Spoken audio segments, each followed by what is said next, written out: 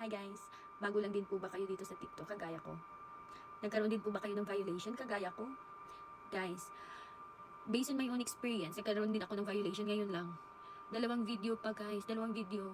Ang hirap gumawa ng content tapos magkaka-violation lang, 'di ba?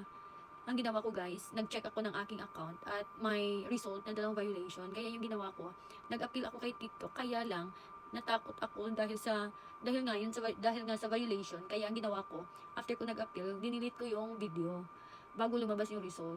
At paglabas ng result, ayan, tingnan nyo. Tingnan nyo yung result. Binalik ni TikTok, na-approve yung appeal ko, okay lang yung video ko, kaya lang, na-delete ko na.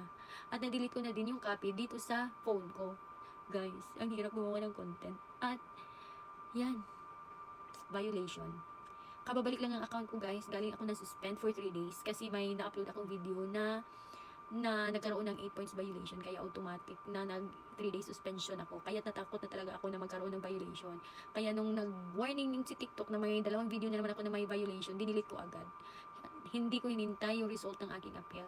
Kaya sa mga bagong affiliate dyan na nagkaroon ng violation, hindi natin maiiwasan guys na magkaroon talaga tayo ng violation. Dyan din tayo natututo sa mga violation. Pero bago nyo i-delete yung video nyo, mag-appeal muna kayo kay TikTok at hintayin yung result. Ang pagkakamali ko lang ay hindi ko hinintay yung result ni TikTok bago ko dinilit. At dinilit ko pa talaga sa cellphone ko. Yun lang. So, pero mas mabuti na mag video check bago i-upload. Pero pag nalimutan natin na mag video check, kasi may 5 video lang na pwedeng i-check, diba? Pag lumagpas na sa 5 video, pag nag-violation, mag-appeal muna bago i-delete para hindi kayo matulad sa akin. Ang sakit, diba? Yun lang. Bye-bye.